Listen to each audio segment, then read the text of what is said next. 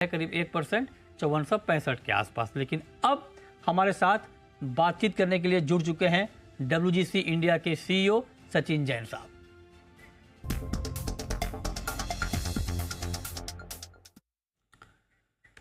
तो हमारे साथ इस वक्त जुड़ चुके हैं WGC इंडिया के CEO सचिन जैन साहब। सचिन जी, बहुत स्वागत है आपका जी बिजनेस पर। और जब मैं आपसे बात कर रहा हूं, इस वक्त गोल्ड की जो चमक है वो अपने शबाब पे है। बहुत बेतहाशा तेजी है ग्लोबल मार्केट में, गोल्ड ऑल टाइम हाई पर है। इंडियन मार्केट में भी रफ्तार तेज है। तो मैं आपसे जानना चाहता हूं कि आप नया नया इनोवेशन करते रहते हैं, रिसर्च करते रहते हैं कि डिमांड का आउटलुक क्या दिख रहा है। क्या इस प्राइस पर डिमांड पर कुछ डेंट है सर, या डिमांड पे कोई इम्पैक्ट नहीं है? मृत्युंजय जी, पहले आपको बहुत बहुत धन्यवाद। आपका शुक्रिया कि आप हमारे को हमेशा अपने प्लेटफॉर्म पे बुला के हमारा एक व्यू लेते हैं। और हमारा व्यू इसलिए इम्पोर्टेंट रहता है कि हमारे रिसर्च काफी डिटेल्ड रहती है और एक डायरेक्शनल व्यू दे पाते हैं। अभी जो हमने उठाव देखा है पर्टिकुलरली पिछले 24 घंटों में, वो मेजरली जो ईसीबी जो यूरोपियन सेंट्रल बैंक की जो एक रेट कटौती हुई है और एक एंटिसिपेशन के आगे फेड रेट कटौती होगी, उससे ज्यादा ज्यादा एक इंडिकेशन मिला है। इसमें अगर आप बोलें कि हमारा जो यहाँ पे ट्रेड हो रहा है तो डिस्काउंट बढ़ गया है विद इन 24 आवर्स। अगर आप देखें तो जो ट्रेडिंग हो रही थी which was at a premium कुछ समय पहले, जो नॉर्मल आ गई थी बिल्कुल एट लेवल, अभी वो थोड़े डिस्काउंट पे चल रही है।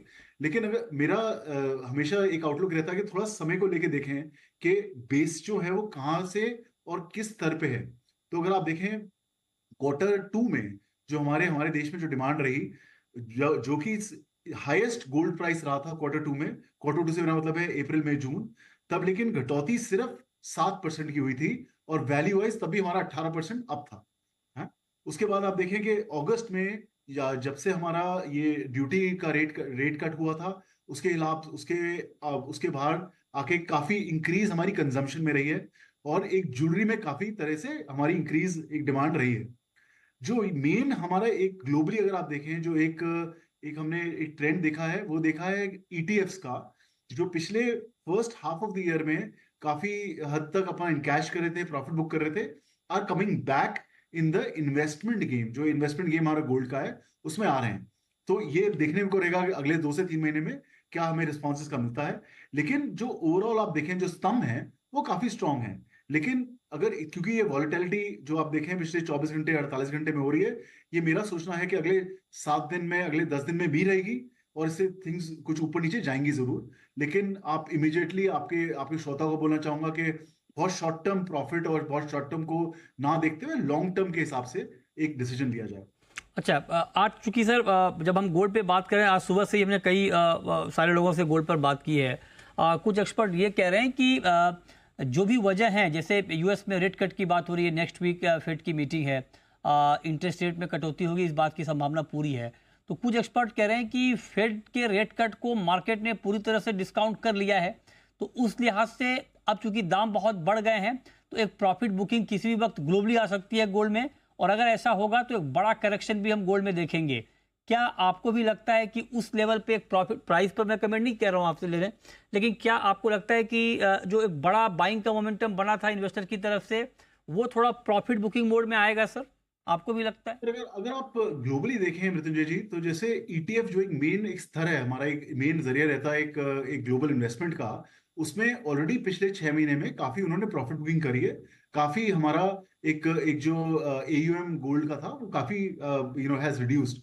और अभी पिछले 3 से 4 हफ्ते में ये चीज काफी बढ़ी है। इंडिया में अगर आप पर्टिकुलरली देखें तो जो हमारा एयूएम अब तक का था और करीब 4 हफ्ते में जो इंक्रीज हुआ है, जो आज तक का हिस्टोरिक हाई है। तो ये चीजें कुछ अभी हमने देखने को मिली हैं ना। अगर ये कहना कि इससे कुछ करेक्शन आना चाहिए, आई डोंट नो, मगर ये तो अभी समय बताएगा। लेकिन कॉशियस रहना बहुत जरूरी है और ये वॉलेटिलिटी अभी आएगी अगले 7 से 8 दिन 10 दिन में जरूर से। ओके। अच्छा सर, आप तो एक बड़े लेवल पे आप सर्वे भी करते रहते हैं कंज्यूमर के, इन्वेस्टर के मूड को समझने के लिए। तो मैं इंडिया के पॉइंट ऑफ व्यू से आपसे ये पूछ रहा हूँ कि इस प्राइस पे, जो कि हमारे यहाँ भी ऑल टाइम हाई के आसपास ही है गोल्ड का प्राइस, बेशक बजट में ड्यूटी कट के बाद थोड़े दाम कम हुए, लेकिन अभी भी आप देखिए 73 के आसपास मार्केट घूम रहा है। तो इंडियन मार्केट में अभी चूंकि फेस्टिव सीजन आने वाला है, डिमांड का ट्रेंड आपको क्या दिख रहा है? क्या प्राइस बढ़ने का इम्पैक्ट हम कंज्यूमर डिमांड पर, रिटेल डिमांड पर देखेंगे, या आपको लगता है क्योंकि आगे का आउटलुक ब्राइट है, उस लिहाज से डिमांड में कोई खास कमी आएगी नहीं? मृत्युंजय जी, हमारा सोचना यह है कि अगले क्वार्टर में जो फेस्टिव क्वार्टर अक्टूबर नवंबर दिसंबर 2024 है, वो एक बहुत हिस्टोरिक क्वार्टर रहने वाला है। वो ज्वेलरी डिमांड के पॉइंट ऑफ व्यू से जो हमारे देश में एक नॉर्मल कंज्यूमर ज्वेलरी का है, वो इस समय काफी उत्साहिक है गोल्ड कंज्यूम करने के लिए और गोल्ड की ज्वेलरी लेने के लिए। हमने अगस्त में देखा है कि जो हमारे को रिपोर्ट मिली है, एक तो रिसाइकलिंग बहुत कम हुई है, तो इवन दिस प्राइसिंग हमने बहुत कुछ ही कस्टमर्स वापस आते हुए देखे। मगर एक जो बहुत अच्छा हमने चेंज देखा, वो ये देखा कि हेवी वेट बड़ी ज्वेलरी काफी डिमांड में आई और काफी उसकी बिक्री हुई है। तो जो मानिए शादियां हो रही हैं या जो जिसकी प्रिपरेशन लोग क्वार्टर फोर में कर रहे हैं, उसको प्रीएम्प्ट कर रहे हैं। हमारा सोचना यह है कि इंडिया को अगर आप देखें, जिसमें करीब 75 से 80% कंजम्पशन हमारी ज्वेलरी की रहती है, वो बहुत स्ट्रांग रहने वाली है, जो हमने क्वार्टर टू में काफी स्लगिश देखी थी। और क्वार्टर थ्री क्योंकि अभी तैयारी का समय है, तो ये हमने एक डिसेंट देखा है। लेकिन क्वार्टर फोर हमारा सोचना यह है कि काफी हिस्टोरिक रहना चाहिए। ज्वेलरी की डिमांड आप कह रहे हैं कि हिस्टोरिक रहेगी। Investment demand sir? Investment demand Mrityunjay, जैसे मैंने बोला कि आपने एटीएफ फ्लो जो हमने देखे थे करीब 47 टन के हमारा एयूएम था, उसको अगर आप देखें आज की डेट में इट्स करीब 4 से 5 टन की उसमें बढ़ोतरी हुई है। काफी इंटरेस्ट है, काफी काफी कैंपेन्स इसके बारे में आने वाले हैं। और एक सबसे इंपॉर्टेंट जो हमने ग्रोथ देखी, वो देखी हमने इन्वेस्टमेंट बार एंड कॉइन में। तो क्वार्टर टू अप्रैल में जून में भी जबकि काफी मार्केट डाउन था, हमने करीब 47% की बढ़ोतरी देखी वॉल्यूम में, और करीब 75% की वैल्यू में हमने बढ़ोतरी देखी। और ये कंटिन्यू ट्रेंड हम अभी भी देख रहे हैं। तो इंडियन कंज्यूमर के पॉइंट ऑफ व्यू से गोल्ड का काफी अच्छा स्ट्रॉन्ग एक वो रहना चाहिए। अब एक सवाल सर मैं आपसे सेंट्रल बैंकों के मूड पर पूछना चाहूँगा कि ग्लोबली सेंट्रल बैंकों की बाइंग का ट्रेंड आपको आगे क्या दिख रहा है? क्योंकि चाइना पिछले कुछ महीनों से उनकी बाइंग रुकी हुई है चाइना की। तो मैं जानना चाहता हूँ, क्या सेंट्रल बैंकों की बाइंग अभी थोड़ी बढ़ सकती है, या आपको लगता है कि ऑलरेडी सेंट्रल बैंकों ने बहुत खरीद लिया है, तो अब हम पेस थोड़ा धीमा देखेंगे, स्लो देखेंगे? क्या लगता है आप? हमने अभी रिसेंटली हमारा एक सर्वे होता है हर साल में, जो हमने करा था, जिसमें सारे सेंट्रल बैंक को हम सर्वे करते हैं। काफी वो डिटेल्ड रिपोर्ट हमारे हमारे उसमें पब्लिश्ड है। करीब 29% सेंट्रल बैंक ने हमारे को उस सर्वे के द्वारा बताया है कि वो अपनी बाइंग कंटिन्यूड रखेंगे और गोल्ड उनके लिए बहुत स्ट्रेटेजिक एसेट है। तो एक एक एक 29% सेंट्रल बैंक ने ये हमारे को लिखित में दिया हुआ है। तो इससे एक अगर आप एक आंकड़ा एक मेजर कर पाए, तो एक कंटिन्यूड बाइंग रहेगी। लेकिन मुझे नहीं लगता कि बहुत कोई ऐसी इंक्रीज बाइंग और या कोई बहुत बड़ा कुछ ऐसा होने वाला है। It be more consistent. और जैसे आपने मेंशन ऑलरेडी किया कि चाइना की एक बाइंग अभी रुकी हुई है, वो बिल्कुल रियलिटी है।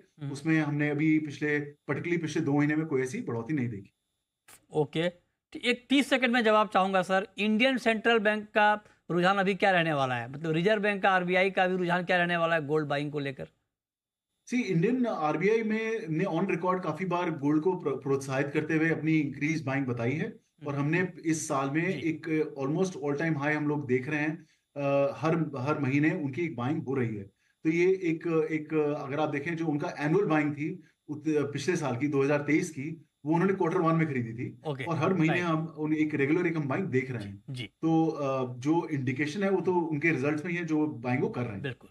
चलिए, बहुत शुक्रिया सचिन जी आपका हमारे साथ जुड़ने के लिए। ग्लोबल और डोमेस्टिक दोनों व्यू बहुत ही डिटेल में विस्तार से हमारे ऑडियंस को बताने के लिए बहुत शुक्रिया आपका।